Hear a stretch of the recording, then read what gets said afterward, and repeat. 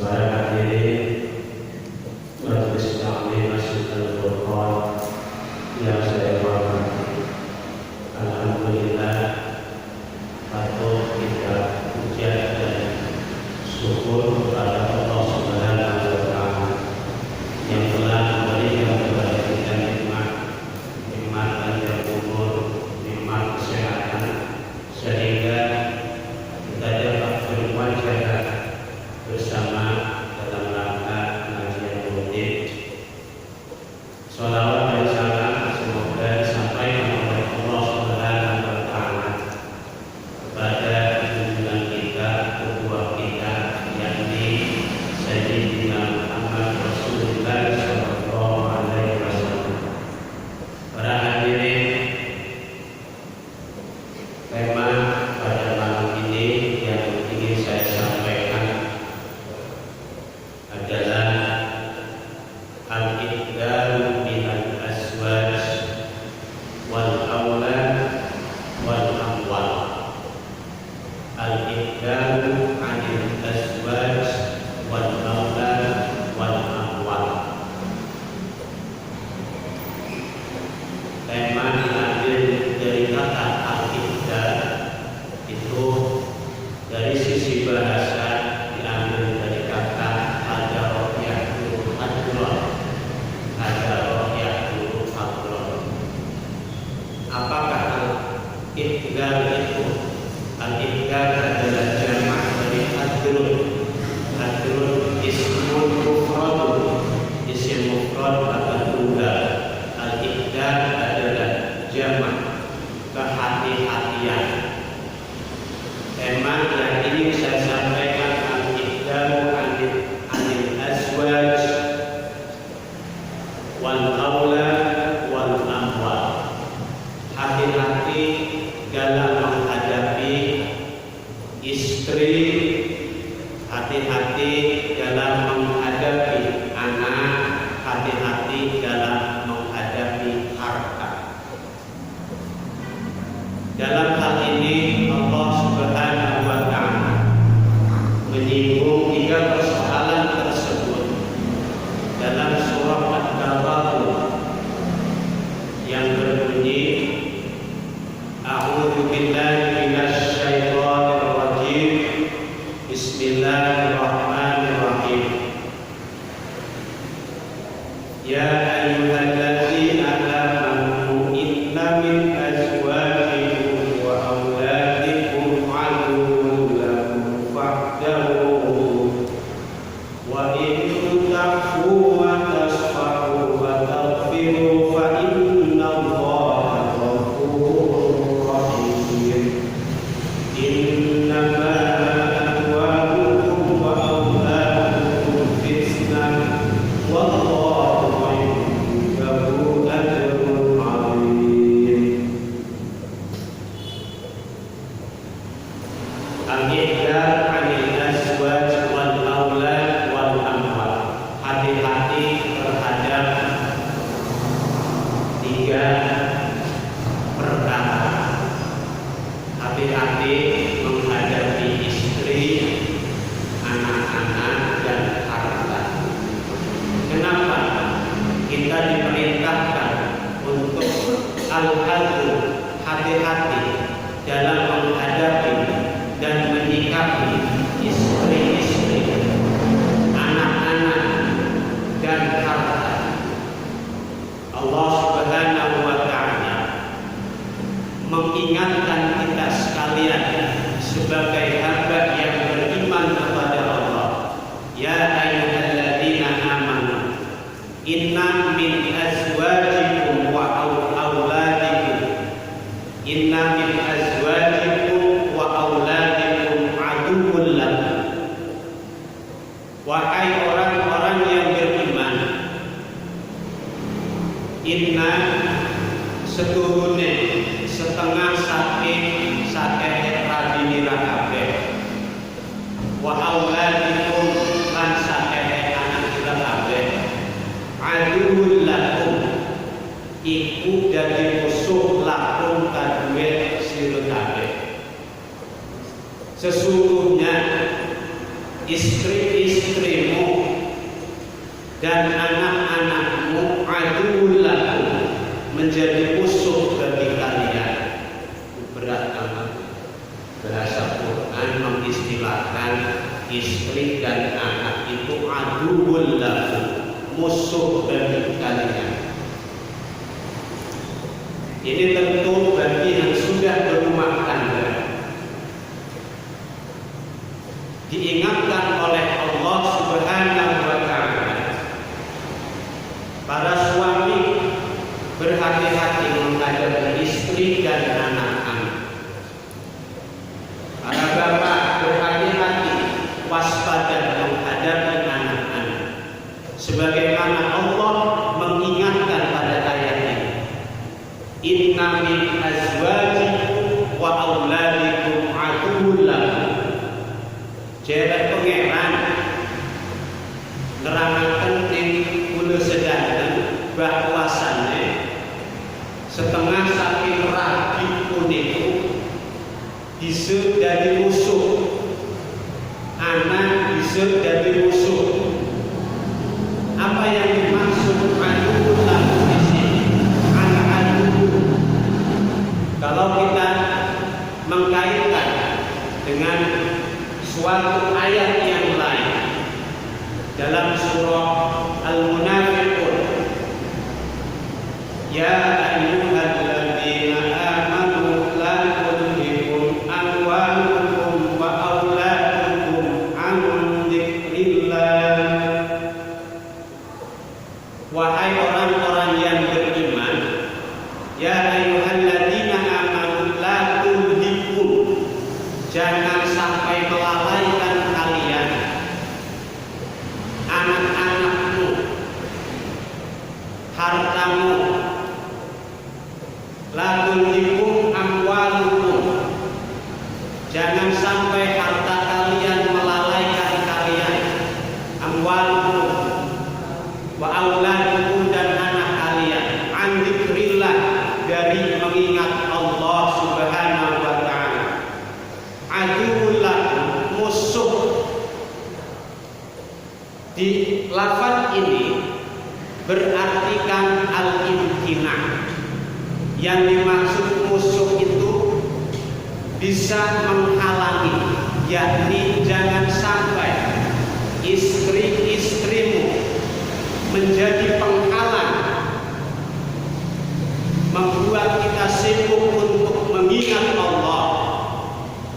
Kalau diambil asbabun nuzul min hadhil ayat, sebab-sebab turun ayat ini, ketika Rasulullah mendapatkan simpati,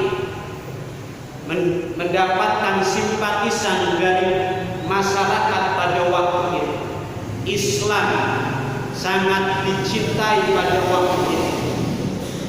Kemudian sebahagian orang berbondong-bondong masuk Islam, aslamu, mereka masuk Islam. Wa arad ayyah an-nabiyya, dan mereka hendak menghadap kepada Nabi. Wa aradul hijrata, dan mereka hendak berhijrah ma'an Nabi, dengan Nabi. Masuk Islam kemudian hijrah ke Madinah dengan Nabi. Yang baru masuk Islam itu ada istri dan anak. Istri dan anaknya ketakutan. Bahasa kitanya begini, jangan-jangan ikut hijrah, jangan ikut perang, nantinya kedor mati. Nah, di sini orang-orang yang masuk Islam pada waktu itu mendapatkan tantangan dan rintangan dari istri-istrinya yang menghalangi dakwah, menghalangi hijrah untuk pergi ke Madinah. Kemudian turunlah ayat ini, ya ayyuhalladzina amanu inna min azwajikum wa auladikum aduwwul lakum. Jadi pengertian musuh di sini al-adu, yang artinya al-man'u, bisa menghalangi dakwah, menghalangi jalan kepada jalan Allah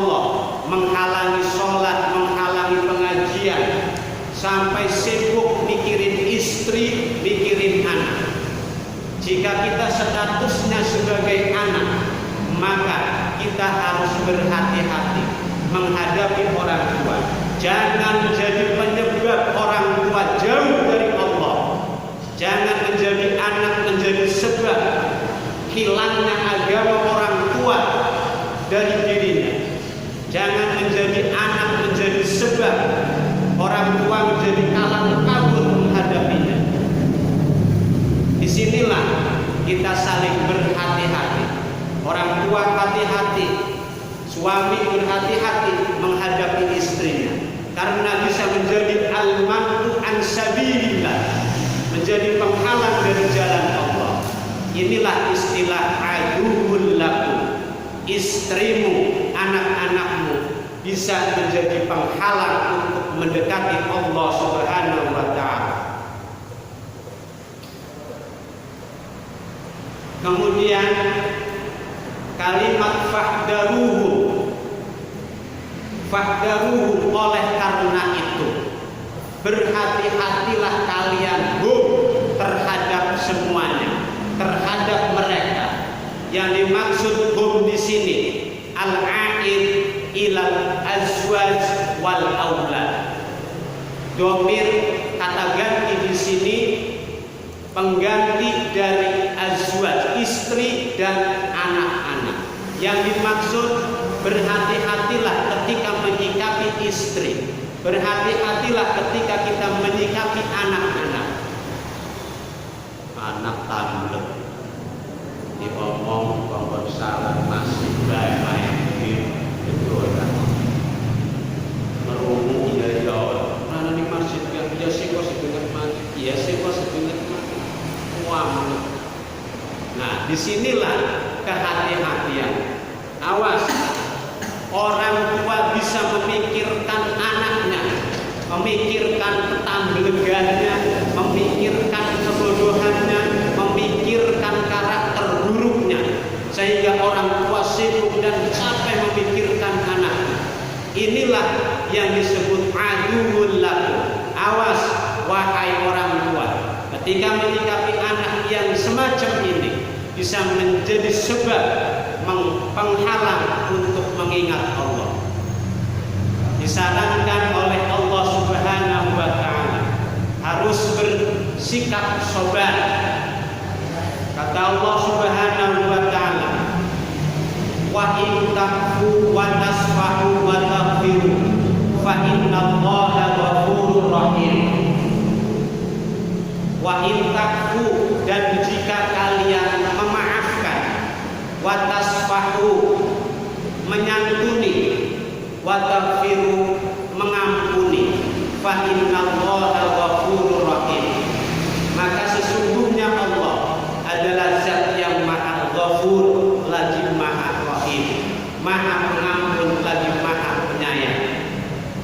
Yang dimaksud ayat ini wa in takfu, jika orang tua saat menghadapi anaknya yang nakal, disuruh sholat tidak mau menjalankan sholat, disuruh puasa tidak mau menjalankan puasa, disuruh belajar tidak mau belajar, bagaimana? Wa in takfu, memberikan maaf, jika memaafkan, jika kalian memaafkan, wa tasfahu, dan tetap memberikan santunan. Kalau anak lambat, orang tua yang berdekat, tetap kasih jajan kamu, tetap kasih jajan kamu, tetap kasih kuota kamu, tidak beriin hamil kamu. Nah, ini namanya sebuah pendidikan, pembelajaran bagaimana menjadi anak dan bagaimana menjadi orang tua. Ayat ini sebagai tarbiyatul aulad, pendidikan dan pembinaan anak-anak. Saat kita menyikapi anak yang bandel, maka cara Allah memberikan penjelasan, wa in takfu, dan jika kalian memaafkan. Nuno jenah kalian nolong iki nolong iku uang anak sini cuwe oleh sampai melingkir. Nah, itu sikap yang tidak takfur. Makanya status menjadi seorang anak jangan sampai menjadi penyebab pikiran dan beban moral terhadap orang tuanya. Bagi orang tua, jadilah anak yang soleh agar orang tua tidak begitu memikirkan dengan dahsyatnya. Jika orang tua berpikir keras panjang anaknya nakal, nanti orang tua ibadahnya tidak konsentrasi, mau menjalankan usaha, mau menjalankan ibadah tidak tenang gara-gara pikiran terhadap anak. Maka jadilah kita ini anak-anak yang soleh dan solihah. Inilah ujian. Jadi al-hadru waspada. Kalau al-hidru pengertiannya at-taharrus. Al-hadru waspada, at-taharrus hati-hati. Sudah dipakai semua. Waspada, hati-hati. Awas menyikapi anak, menyikapi istri. Istri dalam Quran ditunjukkan aduul lakum, bisa menjadi musuh.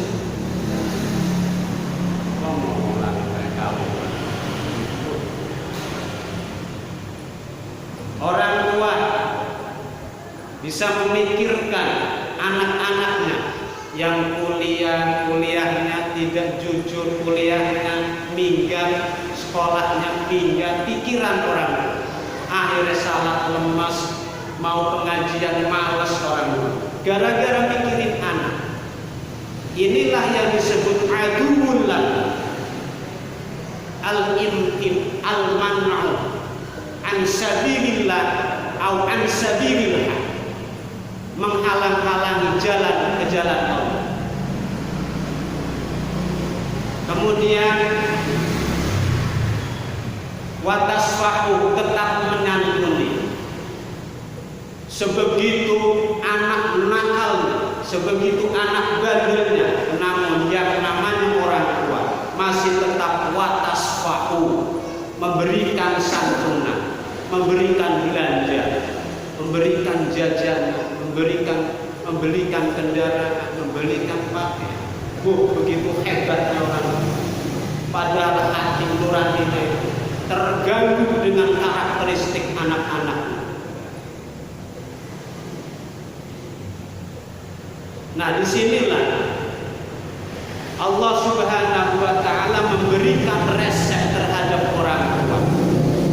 Wa in ta'fu wa tasfahu wa taghfiru, dan memberikan ampunan dan mengampuni mereka. Wa taghfiru fa innallaha ghafurur rahim.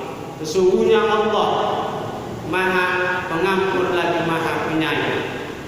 Kemudian ayat selanjutnya, innama amwalukum wa auladukum fitnah. Sesungguhnya harta-harta kalian, wa auladukum, dan anak-anak kalian, fitnatun, adalah fitnah, ay balaun, yaitu ujian. Di sini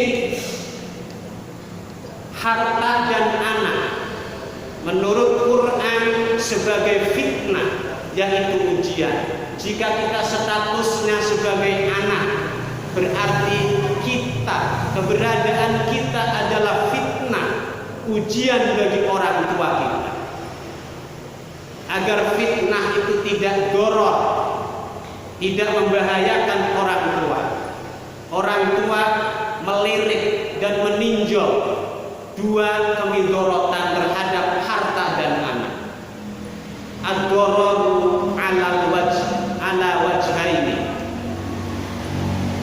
Bahaya, menilik bahaya pada dua segi. Orang tua itu meninjau bahaya dalam dua segi. Yang pertama, ad-dororu lidunya, ad-dororu fidunya, kemidorot, kebahayaan yang berkaitan dengan urusan dunia, kemidorotan yang berkaitan dengan akhirat. Awas, jangan jadi anak menjadi midorot bagi orang tua yang berkaitan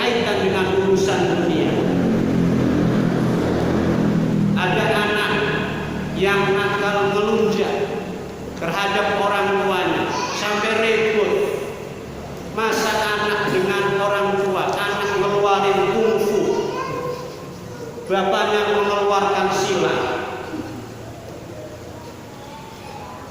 Enggak logis lah orang tua mengeluarkan silat, anaknya mengeluarkan kungfu. Masa duel? Naudzubillah min dzalik. Ini persoalan-persoalan aduullah. Anak durhaka. Kalau anak durhaka menyambut orang tua lagi sewot, ngeluarin jurus. Bolong jurus ditokak sampai terkapar bapak. Naudzubillah.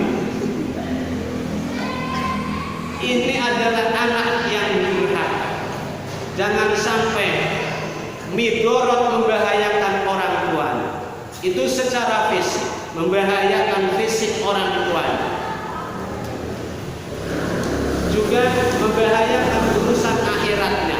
Jangan menjadi sebab anak, jangan menjadi sebab anaknya jauh dari Allah. Anak jangan menjadi sebab orang tuanya jauh dari masjid. Anak disuruh belajar, disuruh pengajian, orang tuanya nggak mau sholat, nggak mau pengajian. Anaknya diharapkan ingin menjadi terkenal, menjadi soleh. Orang tuanya tidak menuntut ke jalan yang soleh.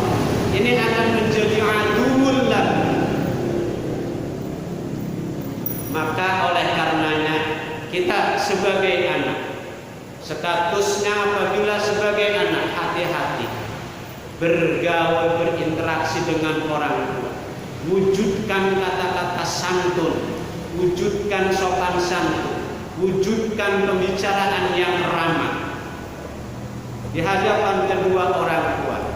Karena Allah memberikan resep, memberikan cara, wabil walidaini ihsan.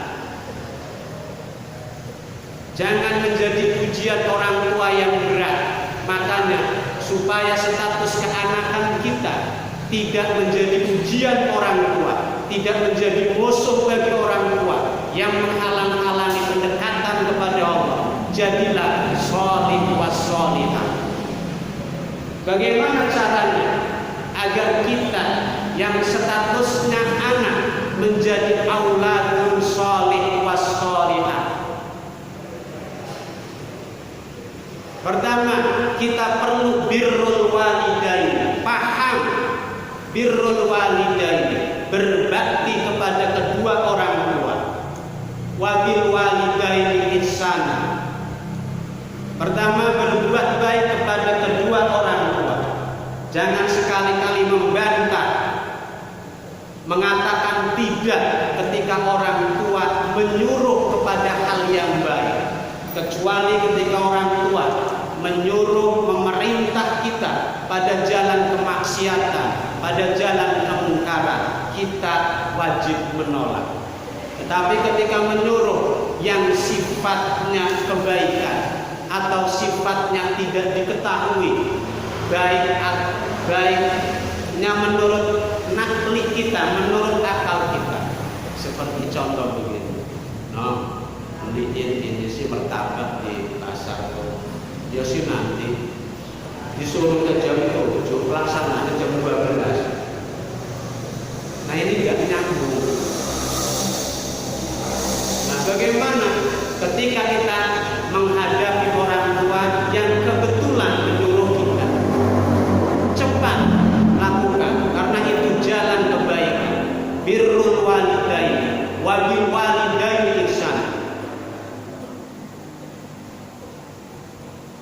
Kesimpulannya, apabila kita yang statusnya anak agar tidak menjadi penghalang atau musuh di hadapan kedua orang tua, tidak menjadi fitnah ujian yang berat bagi orang tua, jadilah auladun sholih wa sholihah. Bagaimana caranya? Allah Subhanahu wa ta'ala memberikan sebuah resep dalam suatu ayat yang berbunyi,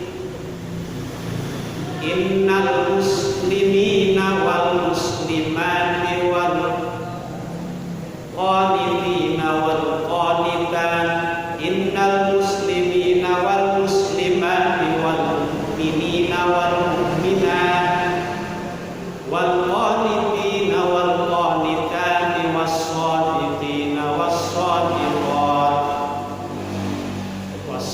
was-shadiqina was-shadiqati wal-khashi'ina wal-khashi'at was-sha'imina was-sha'imati wal-mutasaddiqina wal-mutasaddiqat wad-dhakirina Allaha katsiran wad-dhakirina Allaha katsiran wad-dhakirat wal-hafidhina furujahum wal-hafidhina furujahum wal-hafidhat a'adda Allahu lahum maghfiratan wa ajran 'azima. Nah, ini surat Tauhid. Kalau tidak salah surah Al-An'am. Jalan menuju anak soleh. Innal muslimina wal muslimat wal mu'minina wal mu'minat. Jadi inilah yang disebut asyaratul maratib, 10 tingkatan. Perempuan muslim dan laki-laki muslim.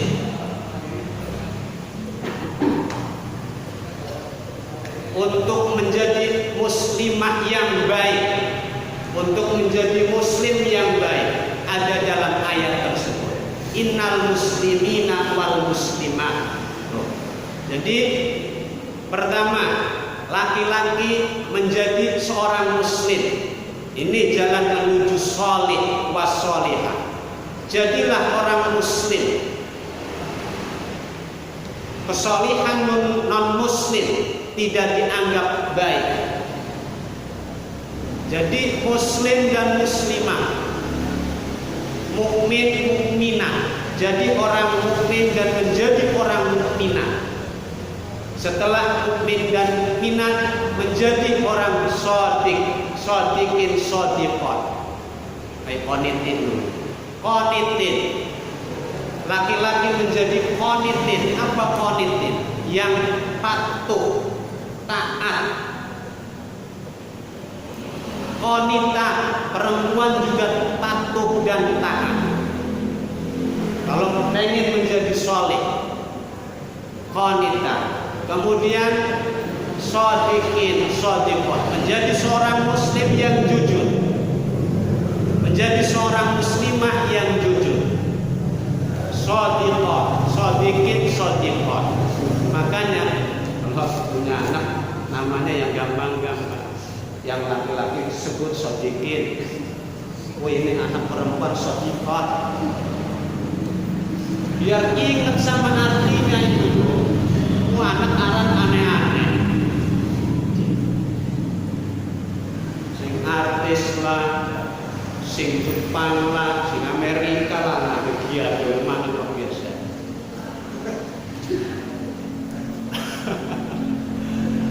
Coba anak-anak, oh ini laki-laki lahir mukmin, Muhammad mukmin, terpuji beriman. Michael sekian, karena Johnson, Johnny, John. Qanitin umpama laki-laki sebut namanya, kasih nama qanitin. Oh kebetulan perempuan qanita, anak satu, anak dua, dari Quran semua nama. Qanitin, qanita. Oh laki-laki khashi'in. Ini perempuan khasyiat. Terus, oh ini laki-laki lagi mutasaddiqin, perempuan lahir lagi mutasaddiqat. Laki-laki lagi lahir dakirin, tukang dikir, dakirah, perempuan yang suka dikir, bukan suka nyanyi lah. Quran suka zikir. La ilaha illallah, Allahu akbar, subhanallah. Perempuan soleh itu bukan nyanyi, bukan zikir menurut Quran, dakirin. Terus so'imin, laki-laki so'imin. Nah, kasih nama so'imin. Kalau perempuan so'iman, itu orang keren modern.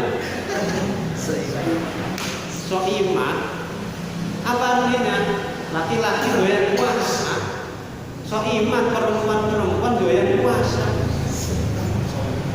Iman hafidin, kasih nama anak laki-laki. Ini mah ada banyak orang minta nama ke saya, dikasih nama yang baik nganyang, terus arah dijaga peraturan. Nah ini persoalan cari nama susah-susah. Di Quran banyak hafidin, laki-laki yang menjaga dirinya. Hafidhon, perempuan-perempuan yang menjaga diri dan menjaga harta suaminya. Hafidhon. Nah inilah 10 martabat yang dikategorikan orang tersebut disebut auladun sholih wa sholihah. Kalau tidak ada 10 ini ya muslim, belum tentu sholih. Jadi harus 10 tadi menurut ayat tadi. Innal muslimina wal muslimat wal mu'minina wal mu'minat was-shadiqina was-shadiqat wal qanitina wal qanitat wal khashi'ina wal khashi'at. Terus was-shadiqin itu was-shaimina was-shaimat wal mutasaddiqina wal mutasaddiqat wal hafidhina furujahum wal hafidhat. Itu 10 martabat, bukan martabat. Derajat tingkatan kalau mau melihat ciri-ciri auladun sholih sholihah ada 3 sifat, 3 sifat, 10 sifat. Itu baru anak yang nanti tidak akan disebut dalam Quran sebagai aduwwul lakum, yang menghalang-halangi orang tuanya, musuh orang tua, dan tidak menjadi fitnah yang besar bagi kedua orang tua. Apabila anak memiliki 10 derajat tersebut, 10 sifat yang disebutkan tadi. Ini anak soleh, terus ngaji perlu pengaplikasian. Sudah ngaji itu bagus, nanti perkembangan pemahamannya akan meningkat. Jadi anak soleh. Bagaimana seseorang menjadi soleh dan solehah kalau jalannya keliru, jalannya tidak tahu, tidak belajar Quran, tidak membaca Quran, tidak mengkaji Quran, tidak mau memahami Quran, bagaimana ia akan menjadi soleh dan solehah? Nah, disinilah Quran memberikan resep. Apabila kita seorang yang berstatus orang tua, berhati-hati menghadapi istri, menyikapi anak-anak, menghadapi dan menerima amwal, harta. Karena akan menjadi ujian. Pada sebagian bisa menjadi ujian, menjadi penghalang untuk mengingat kepada Allah Subhanahu wa Ta'ala. Mudah-mudahan dengan ayat ini Allah Subhanahu wa Ta'ala memberikan hidayah kepada kita sekalian, sehingga kita bisa mengaplikasikan ayat ini hingga menjadi auladun sholih wa sholihah. Sebelum ada pertanyaan, silakan.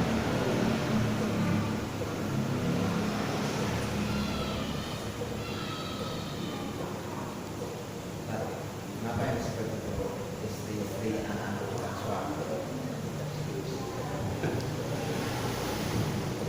Perlu diketahui ayat ini ya, di dalam kitab Tafsir At-Tabari.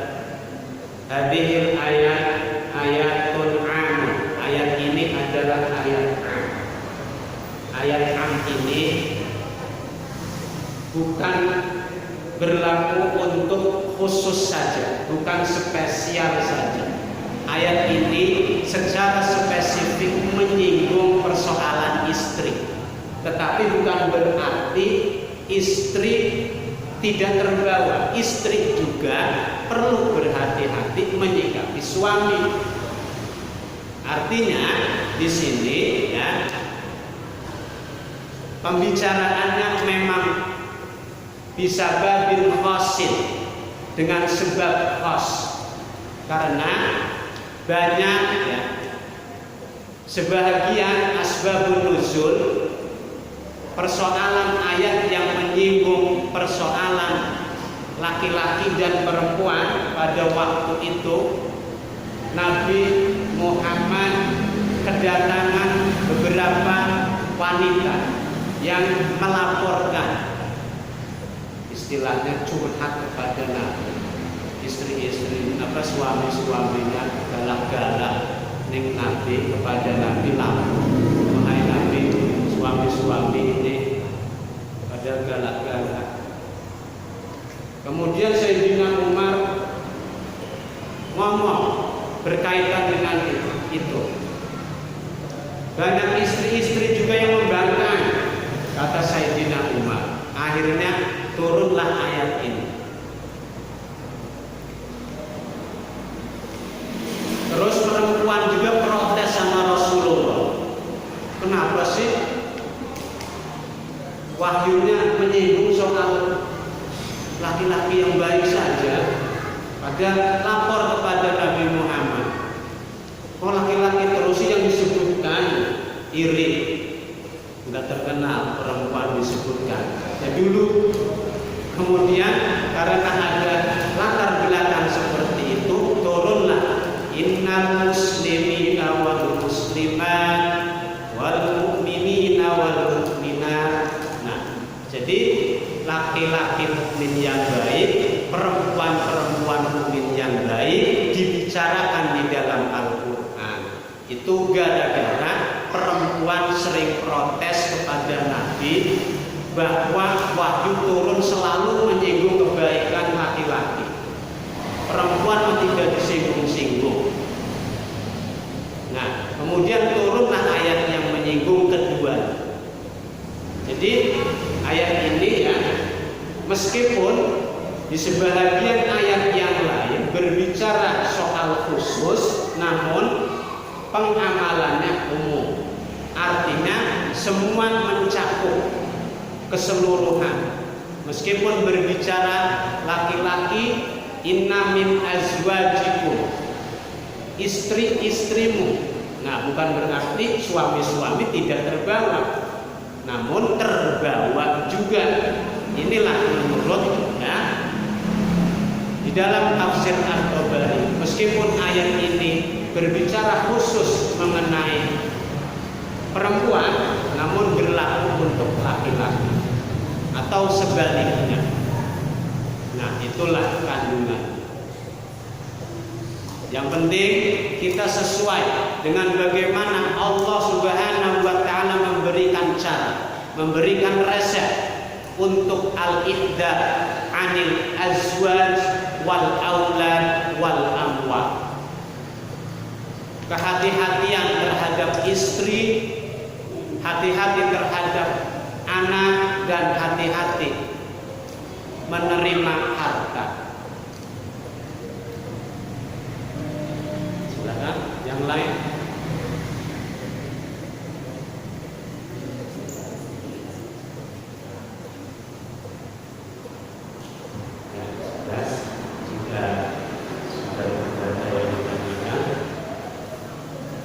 Kita berdoa